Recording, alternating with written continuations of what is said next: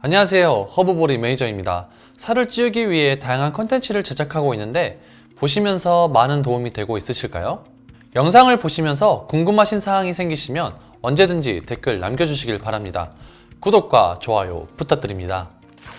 이번 영상에서는 많은 사람이 살찌는 방법 중 가장 중요한 소화란 무엇인지 알아보도록 하겠습니다. 이 세상에는 어떻게 하면 살을 뺄 수 있을지 고민하는 사람들이 많이 있습니다.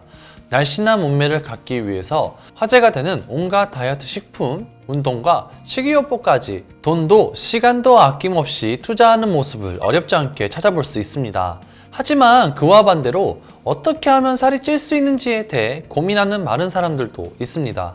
혹독한 다이어트와 씨름하는 사람들은 살이 찌지 않는 것으로 고민하는 사람들을 보며 복받은 체질이라고 부르지만 아무리 먹어도 살이 찌지 않는 사람들에게 이런 체질은 스트레스 받는 체질일 뿐 살이 안 찌는 체질을 개선하고자 갖은 노력을 하고 있습니다. 영상에서 꾸준히 말씀드리는 것 중 하나는 살이 찌지 않는 원인을 파악하고 자기 자신에게 맞는 해결 방안을 찾아 하나씩 문제를 해결해 나가는 것인데요. 그중 마른 사람들이 살이 찌지 않는 대표적인 원인으로는 두 가지가 있습니다. 바로 소화불량과 장 흡수력 저하, 이 두 가지 원인입니다. 그리고 두 가지 원인에 모두 관련이 있는 것 바로 소화입니다. 다들 소화에 대해 잘 알고 계신가요? 소화에 대해 자세히 알아보기 전 소화가 무엇인지 알아보도록 하겠습니다.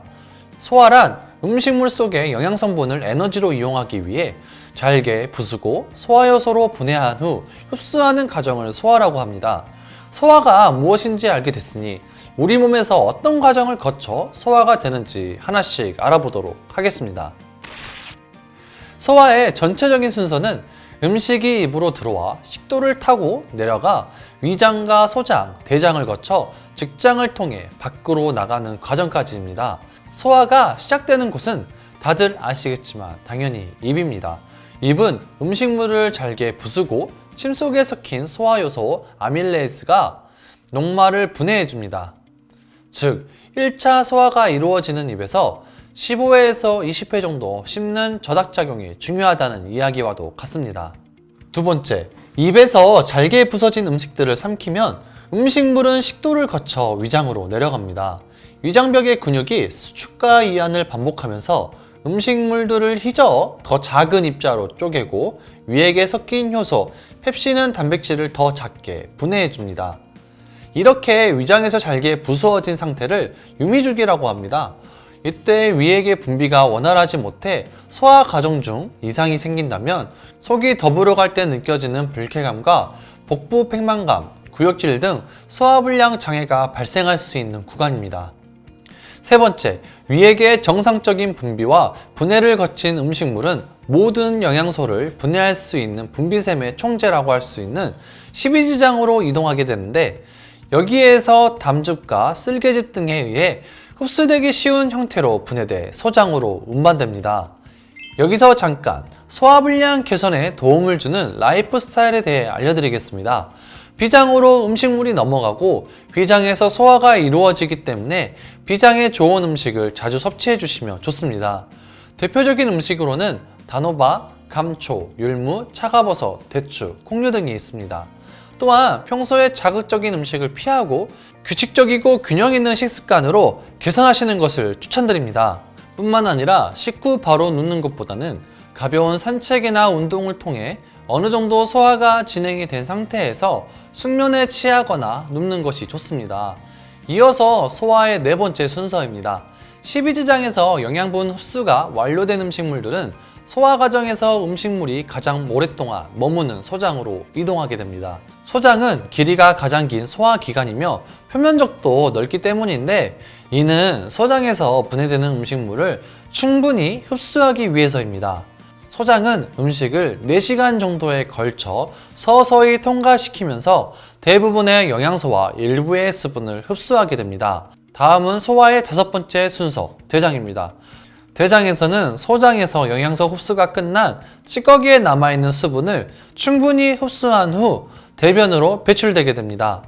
이렇게 우리가 음식물을 먹고 영양성분을 흡수하고 남은 찌꺼기를 배출하는 소화 단계에 대해 알아보았습니다.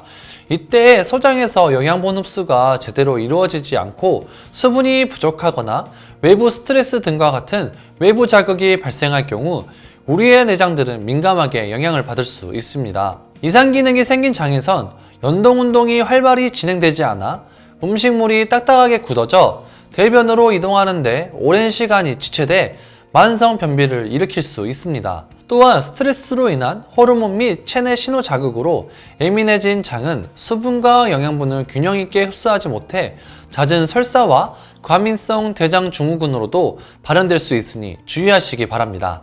이렇게 소화의 과정 중에 있는 장기들의 역할과 소화의 과정에 대해 알아보았습니다. 소화는 하나의 기관에서만 이루어지는 것이 아니라 순차적으로 진행되는 것이기 때문에 말씀드린 모든 장기가 건강해야 소화가 원활하게 진행될 수 있습니다. 장 건강에 도움이 되는 몇 가지 방법들을 알려드리겠습니다. 첫 번째, 장 흡수력에 도움이 되는 음식을 자주 섭취하기.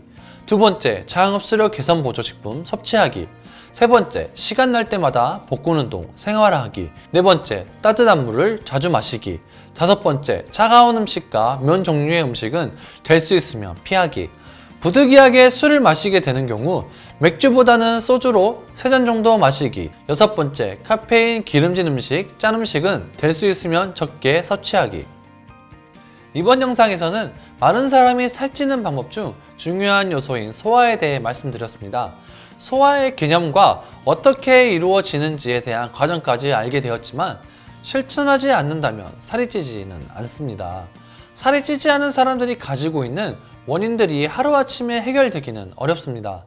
위에서 알려드린 방법들에 대해 잘 실천하시다 보면 건강하게 살찐 날을 발견할 수 있습니다.